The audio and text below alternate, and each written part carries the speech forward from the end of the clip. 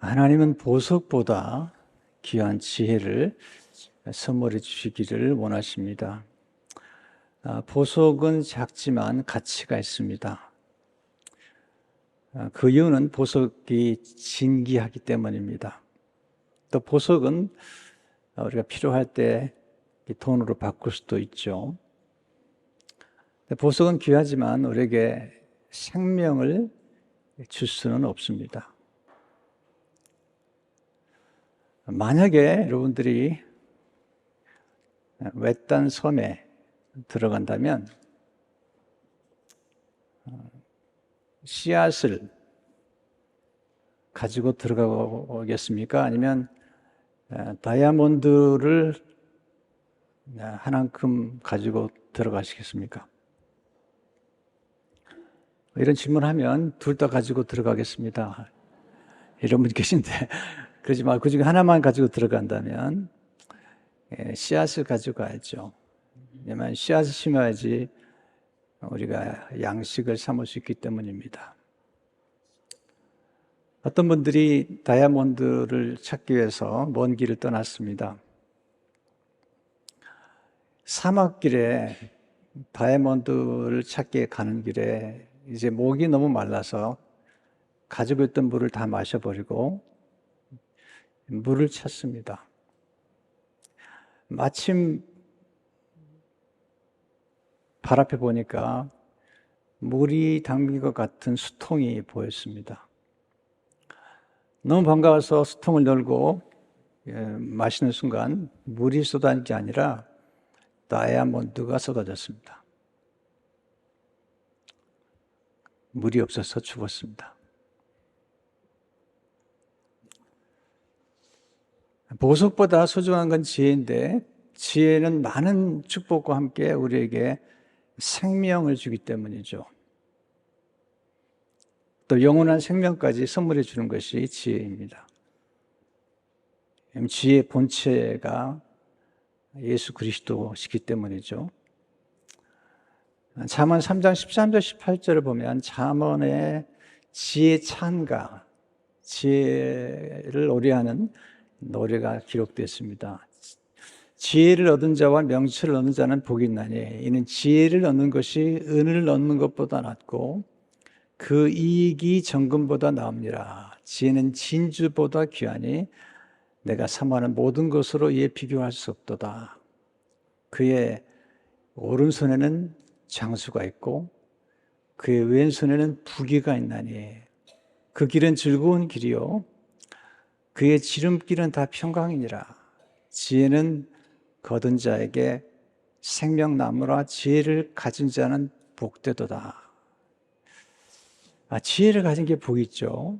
장수, 부귀, 즐거운 길, 평강, 그리고 생명나무다. 이 생명나무는 생명을 상징합니다. 잠언 3장 21절 22절을 보게 되면 내 아들아 완전한 지혜와 근신을 지키고 이것들이 내 앞에서 떠나지 말게 하라. 그리하면 그것이 내 영혼의 생명이 되며 내 목의 장식이 되리니. 생명보다 중요한 건 없습니다. 우리가 돈을 무시할 수 없어요. 우리가 숨을 쉬는 동안까지는 돈이 필요합니다. 그러나 죽음 앞에 직면하게 되면 돈은 숫자에 불과하고 종이에 불과합니다. 우리가 돈을 많이 가지고 있는 것 같지만 사실은 다 숫자에 불과한 거죠. 돈은 내가 쓴 것만 내 돈이고 내가 하나님께 드려서 하늘에 쌓아둔 것만 내 돈이고 내가 나눈 것만 내 돈입니다. 아무리 돈이 많아도 이 세상을 떠나게 되면 그 나와 상관이 없는 것입니다. 그래서 예수님은 천하보다 소중한 것이 사람의 목숨이다. 마가복음 36절에 보면 사람이 만일 온 천하를 얻고도 자기 목숨을 잃으면 무엇이 유익하리요. 어제 해피나잇을 우리가 가졌습니다. 이런 생각을 했습니다. 어제 오신 분 가운데 한 명만이라도 구원받으면 이 모임은 축복된 모임이다. 근데 일부 예배 때 어제 왔던 한 분이 등록을 했어요. 이미 성공한 것 같아요. 한 명, 천하보다 귀한 것입니다. 탈무드는 한 생명을 구하는 것은 천하를 구하는 것이다. 그렇게 얘기했습니다. 이 지혜는 우리에게 생명을 공급할 뿐만 아니라 풍성한 삶을 살도록 도와주는 것입니다. 잠언은 지혜로 가득 차 있습니다. 하나님 우리가 지혜학교에 입학해서 지혜 수업을 받고 지혜가 충만해지기를 원합니다. 이번에 잠언을 가지고 한 12주 정도 말씀을 드리겠는데요. 잠언이 뭘까? 이 잠언이란 단어의 뜻이 뭘까? 또 지혜란 뭘까? 왜 하나님 우리에게 지혜를 구하라고 말씀하시는 걸까? 지혜자는 어떤 사람인가? 또 지혜가 지는 유익은 뭘까?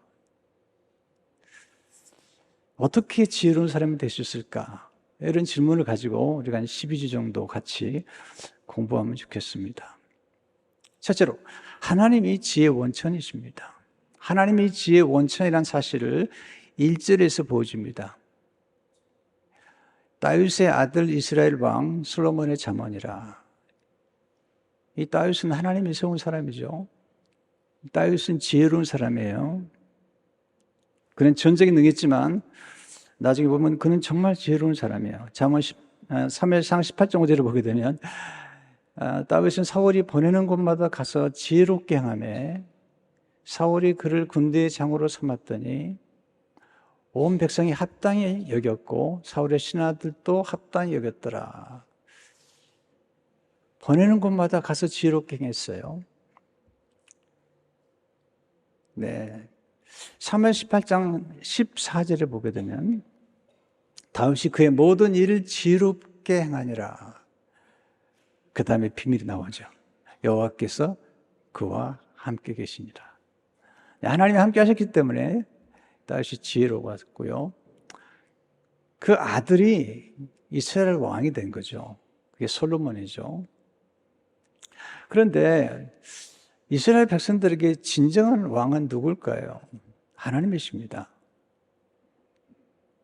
하나님이 통치하는 나라가 원래 이스라엘 왕이죠.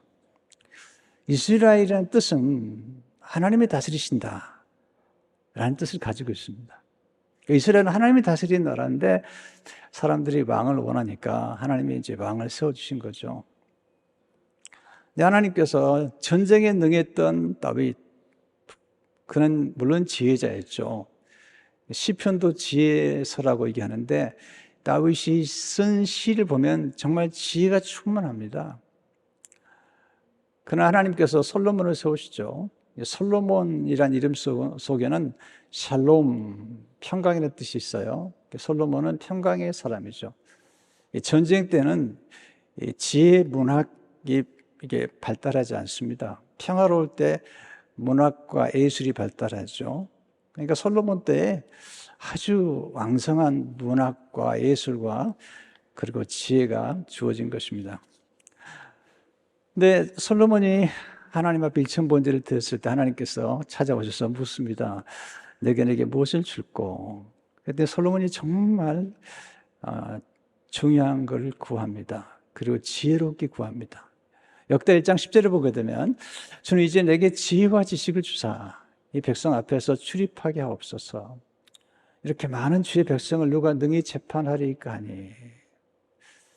그가 구했던 것은 사명을 따라 구한 겁니다. 하나님 내게 맡기신 주의 백성을 내가 재판해서 억울한 사람들을 도와줘야 되는데 제게 지혜와 지식이 필요합니다.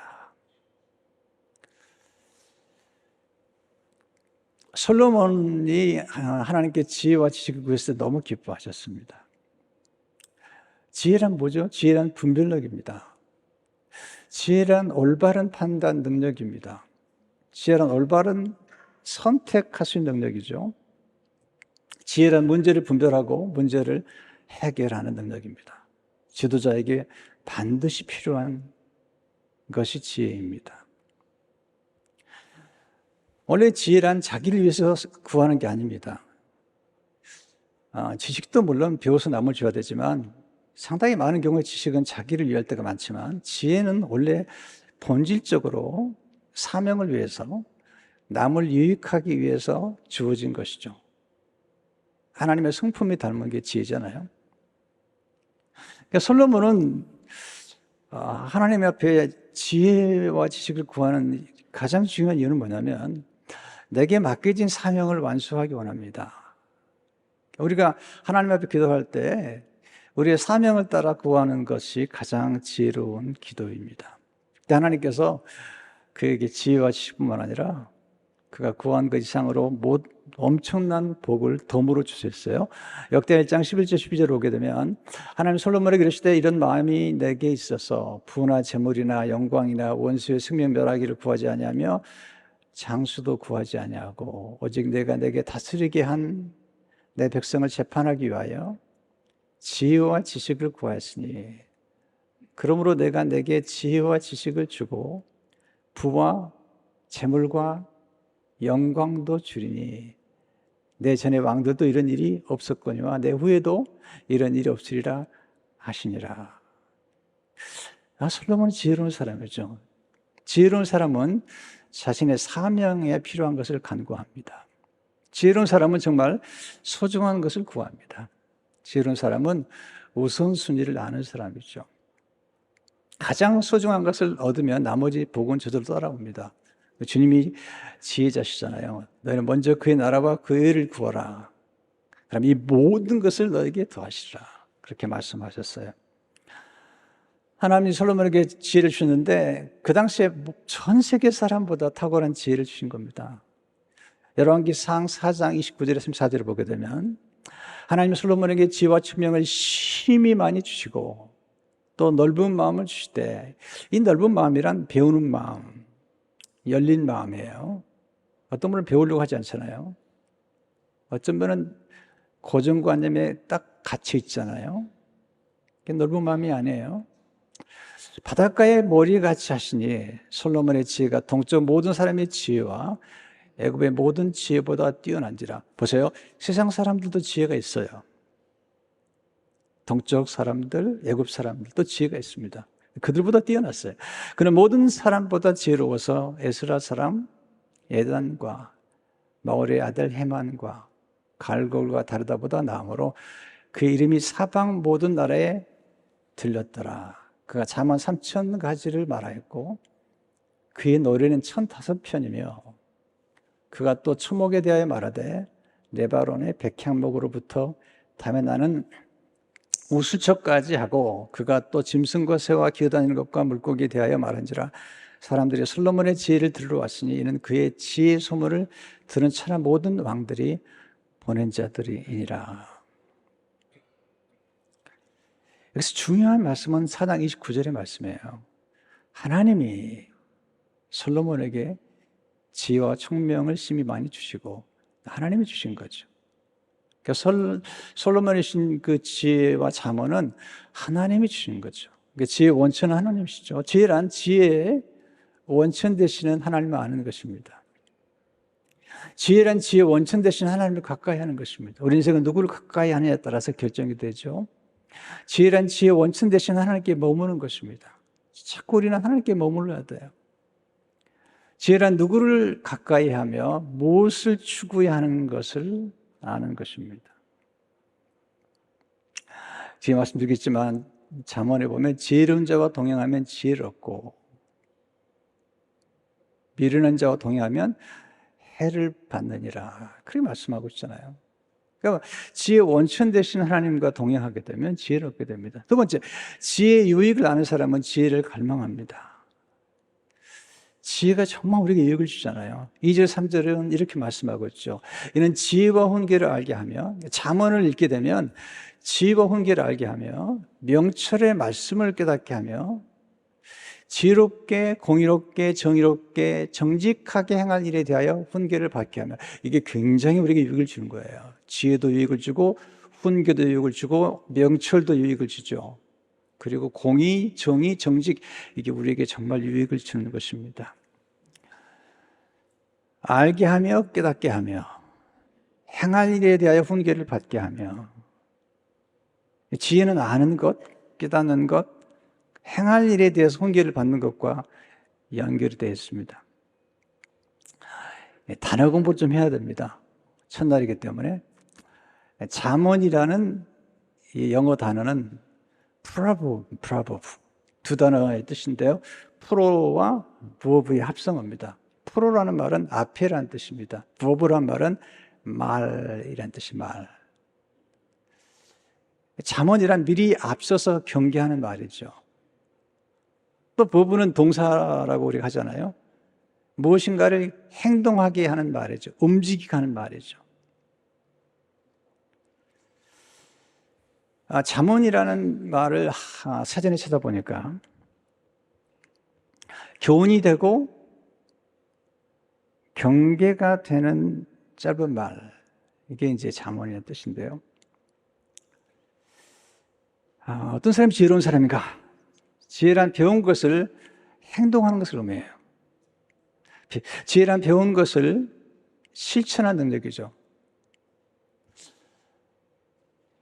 지혜란 지식을 활용하는 능력이에요. 그러니까 지식이 꼭 필요해요. 왜냐하면 지식이 있어야지 지식을 활용할 수 있기 때문이에요. 그래서 지식과 지혜와 지식은 같이 가는 거죠. 그러니까 지혜는 내가 배운 지식을 내 삶 속에 연결시키는 능력이죠. 오스왈드 샌더스가 쓴 영적 지도록의 책에 보면 참 슬픈 얘기가 나와요. 그 아들이 이렇게 얘기해서 우리 아버지는 목사인데 책을 아주 많이 읽으셨다. 근데 우리 아버지는 그렇게 많은 책을 읽고도 그 책 읽은 것을 목회에 연결시키지 못하셨다. 슬픈 일이죠. 배운 것,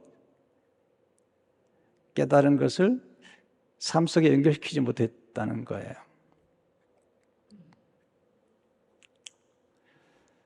잠언과 비슷한 말들이 격언, 명언, 금언, 속담, 다 비슷한 말들. 제가 이거 이제 차츰 제가 설명을 좀 해드리겠는데요. 본래 이렇게 잠언이나 명언이나 금언은 농축된 세월이 지나면서 사람들이 이렇게 회자되는 그런 지혜죠. 예를 들면 말이 씨가 된다. 이런 말은 우리가 하는 말이 씨가 된다. 이 말은 진짜로 놀라운 말이에요. 우리가 말하는 것이 우리 삶 속에 나타나기 때문이죠. 근데 이 말은 누가 한지 몰라요. 그래서 격언이라고 하기도 하고 또 속담이라고 또 해요. 그러나 누가 이 말을 했는지를 아는 것은 아포리즘이라는 말을 써요. 아포리즘. 아포리즘이란 짧은 금언이나 명언인데 누군가가 남긴 말이죠. 파스칼의 팡세를 주로 아포리즘이라고 그래요. 사람은 갈대다. 그런데 생각하는 갈대다. 이거 누가 한 말이죠?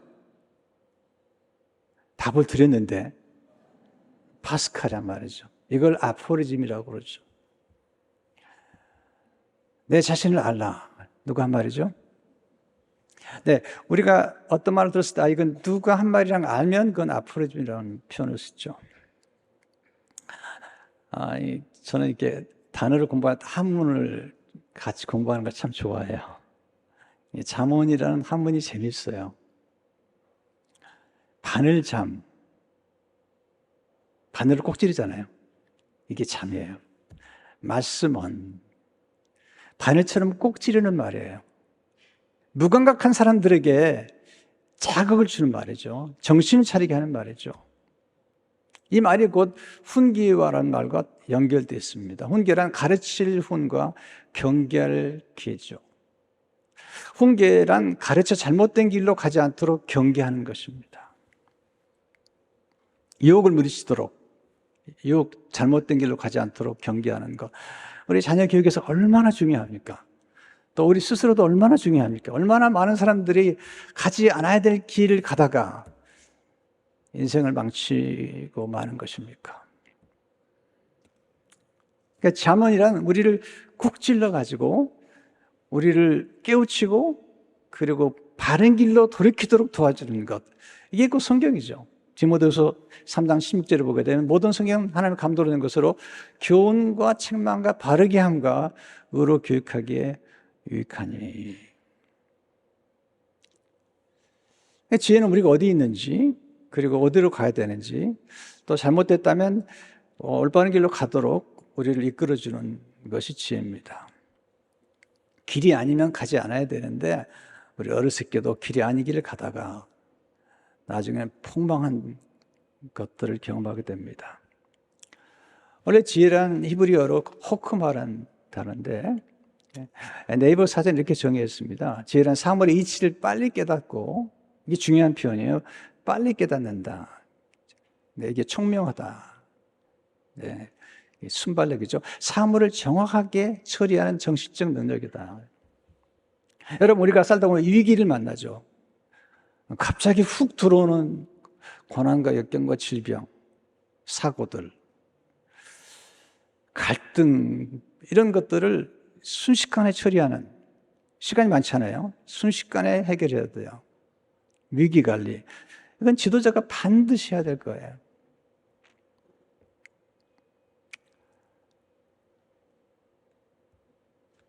근데 때로는 지혜라는 게 어린아이도 가지고 있는 지혜를 어른들이 모를 수가 있습니다. 제가 오래전에 유필아 씨가 쓴 책을 읽다가 제가 읽은 것인데요. 한 번은 이렇게 실록에 가다가 육교에 딱 걸린 겁니다. 육교에. 요즘 육교를 잘 못 보지만 육교에 딱 걸린 것입니다. 그랬더니 소방차가 오고 견인차가 오고 아무리 해도 이 차가 안 빠지는 겁니다. 근데 길을 가던 어린아이가 그걸 보더니 뭐 하시는 거냐고. 지금 육교에 걸렸다고 그랬더니 타이어에 바람을 빼세요. 바람을 빼니까 차가 나온 거예요.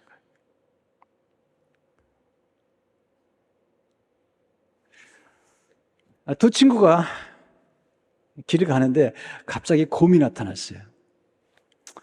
여러분, 곰이 느려요, 빨라요? 곰이 무척 빠릅니다.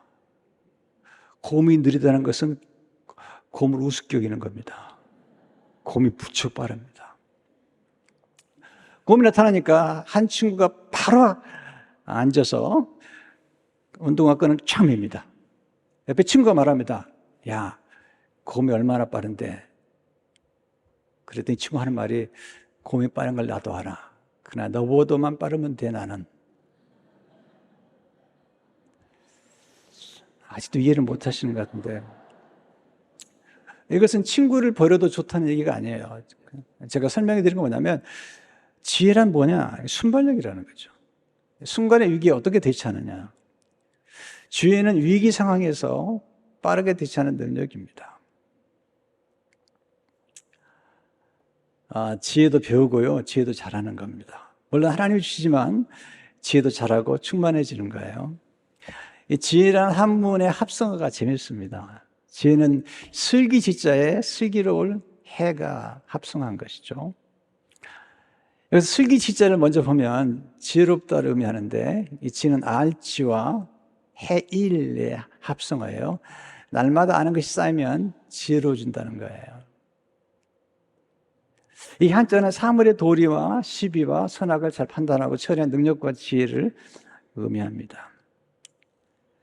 근데 지자도 재밌지만 해자는 더 재밌어요.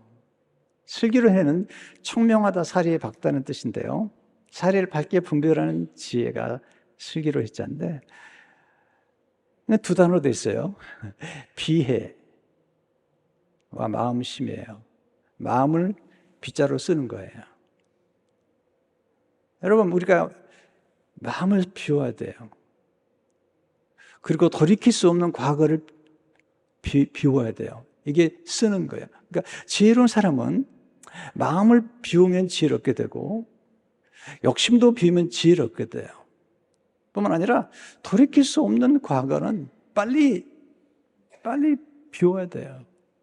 그래야지 새로운 만남과 새로운 미래가 기다리고 있는 거거든요.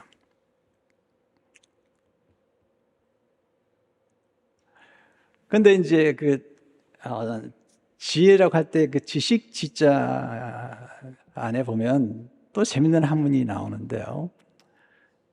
그 보면 화살시와 입구가 있습니다.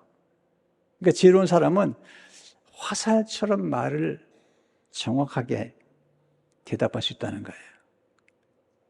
그러니까 어떤 사람들을 찾아가잖아요. 우리가 찾아가서 이렇게 어려운 문제를 물어보는데 그냥 한마디로 간단히 얘기합니다. 화살처럼 얘기해주고 화살이 어디로 날아가는 것을 미리 알고 대처하는 뜻도 함께 담겨 있습니다. 제가 한때 이제 굉장히 고민을 많이 했습니다. 제가 굉장히 예민한 사람이고 그리고 고민을 좀 많이 하는 사람인데 한 번은 사람들에게 동기를 부여하는 것, 모티베이션이죠. 사람들에게 동기를 부여하는 모티베이션과 사람들을 교묘하게 속이는 것, 매니플레이션. 자기의 뭔가 이익을 얻기 위해서 사람들을 교묘하게 속이면서 마치 그것이 선한 것처럼 얘기하는 것. 이것 때문에 굉장히 고민이 됐어요. 내가 목회자로 가면서 내가 사람들에게 동기를 부여하는 것인지 아니면 사람들을 이렇게 왜곡시키고 있는 매니플레이션. 그 문제를 가지고 몇 개월을 실험했습니다. 기도하고 실험하고 그러는데 이게 안 되겠다. 제 영적 스승을 찾아가야 되겠다. 그리고 이제 뉴저지에 제가 그때 미 군목학교를 다닐 때인데 편지를 보냈습니다. 그때는 이메일이 없을 때니까요. 87년도인데 목사님 워싱턴 무슨 지구촌교회 목회할 때인데 이도 목사님께 연락했더니 목사님 꼭 뵙고 싶습니다. 제가 고민이 하나 있습니다. 그랬더니 답신이 왔어요. 워싱턴에 다녀가십시오. 그래서 이제 주말에 차를 타고 4시간 걸려서 가서 하룻밤 자고 그리고 주일날 목사님 설교를 듣고 그리고 식사 시간에 식사를 같이 하면서 물었습니다. 목사님, 제가 고민이 안 했는데 이 모티베이션, 사람들에게 동기를 부여하는 거하고 이 매니플레이션, 어떤 동기를 숨기고 자기 이익을 추구하는 그런 것들 때문에 고민이 있습니다. 그랬더니 짧게 너무 고민하지 말라고. 선한 동기를 가진 사람들 속에도 야심이 있고 야심을 가진 사람들 속에도 선한 동기가 있다고. 너무 구별하려고 하지 말라고. 시간이 지나면 알 수 있다고. 해결됐습니다. 짧은 한마디, 화살같이 한마디 하셨는데 그렇구나.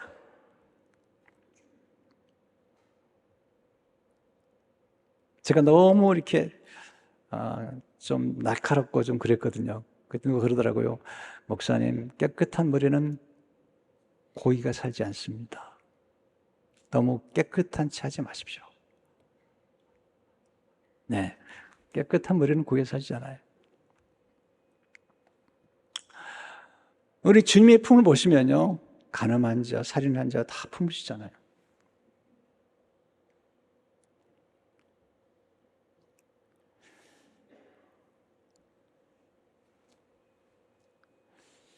솔로몬이 대답을 잘해요.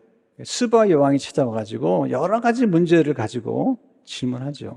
열왕기상 10장 1절에 보게 되면 스바 여왕이 여호와 이름으로 말미암은 솔로몬의 명성을 듣고 와서 어려운 문제로 그를 시험하고자 해요. 질문하는 거죠. 어려운 질문을. 그랬더니 대답을 다 잘해버려요. 3절에 보게 되면 솔로몬이 그가 묻는 말에 다 대답하시니 왕이 알지 못하여 대답하지 못한 것이 하나도 없었더라. 그때 스바 여왕이 얘기합니다. 8절에 복되도다. 당신의 사람들이요. 복되도다. 당신의 신하들이요.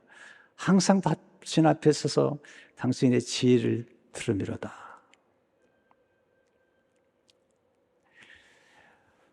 지혜가 있으면 미래를 잘 준비합니다. 이게 정말 중요해요. 요셉이 보면 7년 풍년과 7년 흉년을 잘 대비하잖아요. 그러니까 지혜란 미래를 준비하는 능력입니다. 정말 중요하죠. 또 지혜란 좋은 성품을 의미합니다. 오늘 보세요. 3절에 보시면 지혜롭게, 그 다음에 공의롭게. 이 공의라는 것은요, 억울한 사람들을 돌봐주는 거예요. 가난한 거 소외된 사람들을 돌봐주는 거예요. 정의롭게, 예, 올바른 길을 가는 거죠. 정직하게. 여러분, 부정직한 사람이 만약에 그가 성공했다면 그건 성공한 게 아닙니다. 하나님이 우리에게 돈을 벌 때 꼭 물어보시는 게 있습니다. 내가 얼마나 많은 돈을 벌었느냐 하는 관심이 없습니다. 내가 돈을 어떻게 벌었느냐. 두 번째, 그 돈을 어디에 썼느냐. 하나님 관심 그거밖에 없습니다. 하나님은 부자세요. 때문에 우리가 돈을 얼마나 가졌다는데 별로 관심이 없으세요. 다만 어떻게 벌었느냐. 그리고 어디다 썼느냐. 내가 내게 맡겨준 돈을, 내가 내게 맡겨준 돈을 벌도록 하면 재물은 능력을 내게 줬는데 그걸 너는 어디에 썼느냐.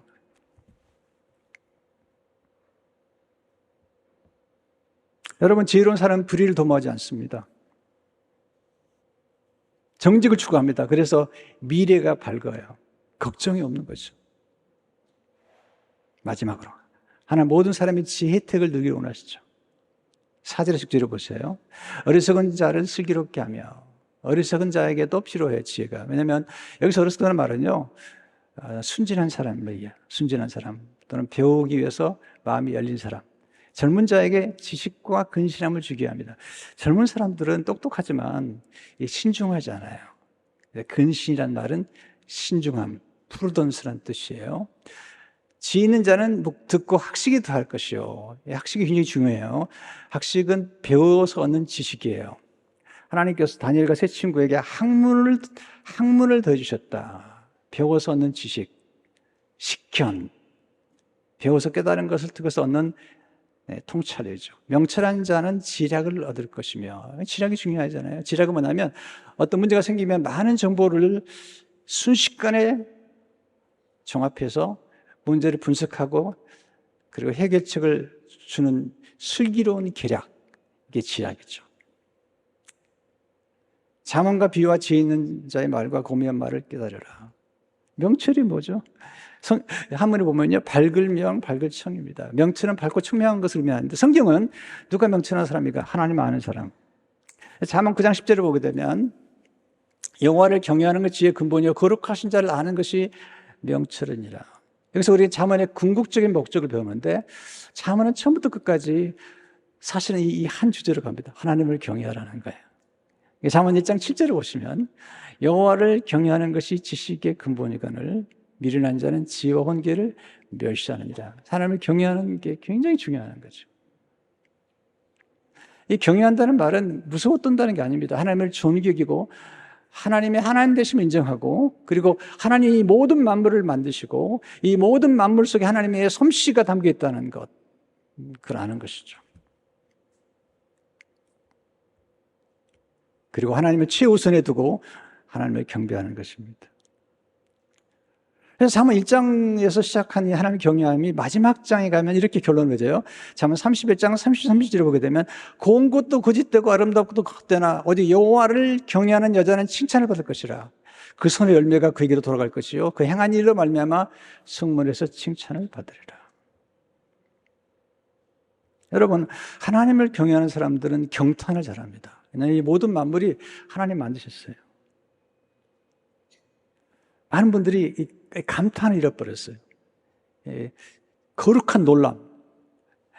아브라함 햇셀 이런 말 했어요. 제가 좋아하는 유대인 학자인데 끝없는 놀람은 우리가 태어나면서부터 빚진 자라는 느낌을 새롭게 한다. 경외하는 자는 결코 자만심을 가질 수가 없다. 경외 속에서 우리가 지닌 모든 것이 은혜로 받은 것임을 알따랍니다. 세계는 사람들이 아니라 사물이 아니라 사명으로 구성되어 있다. 우리가 감사하는 사람들이요, 하나님을 경외하는 거예요. 경탄할 줄 알았다. 우와. 네. 시인들은 경탄을 잘하죠. 최연숙 시인은 이렇게 썼어요. 작은 불꽃이 우주를 품었다. 이 경탄하는 겁니다. 윌리엄 블레이크, 제가 자주 인용하는 말이죠. 하늘의 모래 속에서 세계를 보고 한 송이 들꽃 속에서 천국을 본다. 손바닥 안에 무한을 거머쥐고 순간 속에서 영혼을 붙잡는다. 지혜란 하나님 임재 아래서 하나님 인도를 받으면서 우리에게 주어진 모든 것들을 향해 경탄하는 것입니다. 여러분, 오늘 감사하세요? 아니면 기분이 나쁘세요? 감사해야 돼요. 왜냐하면 오늘은 선물이기 때문이에요. 어제 죽은 사람이 그렇게 누리고 싶은 오늘, 그 오늘을 우리는 선물로 받은 것이죠. 하나님께서 가장 많은 복을 하나님을 경외하는 사람에게 예비하셨어요. 잠언 22장 4절을 보시면 겸손과 여호와를 경외함의 보상은 재물과 영광과 생명이니라.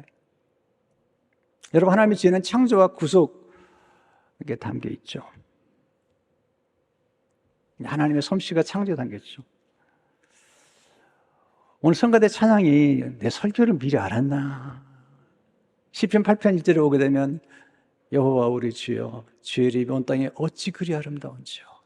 주의 영광이 하늘을 덮었나이다. 3절에 보시니까 주의 손가락으로 만드신 주의 하늘과 주께서 베풀어 두신 달과 별들을 내가 보오니. 이게 다윗의 고백이죠. 하나님의 창조에 하나님의 지혜가 나타났고 구속에 하나님의 지혜가 나타났다. 이게 뭐냐면 하나님은 공의로우신데 죄를 보면 심판해야 돼요. 근데 하나님은 죄인을 사랑하세요. 하나님은 사랑의 하나님이시죠. 그래서 하나님께서 그 딜레마를 해결하기 위해서 흠없는 아들을 이 땅에 보내셔서 우리의 죄를 대신 대속하게 하시고 그 하나님의 아들에게 심판과 저주를 받게 하시고 우리에게는 우리를 사랑하셔서 예수님의 의로움을 전가시켜 주셨어요. 이 하나님의 지혜죠. 이 지혜를 사도 바울은 고린도서 1장 23절 24절 이렇게 얘기하고 있죠. 우리는 십자가에 못 박힌 그리스도를 전하니 유대에게는 꺼리끼는 것이요 이방인에게는 미련한 것이로되 오직 부르심을 받은 자들에게는 유대인이나 헬라인이나 그리스도는 하나님의 능력이요 하나님의 지혜니라. 여러분, 지혜가 자라고요. 지혜가 점점 충만해집니다. 요한복음 2장 40절을 보시면 아이가 자라며 강하여지고 지혜가 충만하며, 지혜가 충만하니까 하나님의 은혜가 임해요. 52절을 보게 되면 52절, 예수는 지혜와 키가 자라가며, 지혜가 자라니까요 하나님과 사람에게 더욱 사랑스러워 가시더라. 여러분, 지혜로운 사람은 이렇게 사랑을 받게 되고 은혜를 받게 되고 사람들에게 인정과 존경을 받게 되죠. 오늘 이 말씀을 기억하면서 여러분, 하나님이 주신 지혜로 풍성한 삶을 사시는 여러분 되시길 주 이름으로 축원합니다.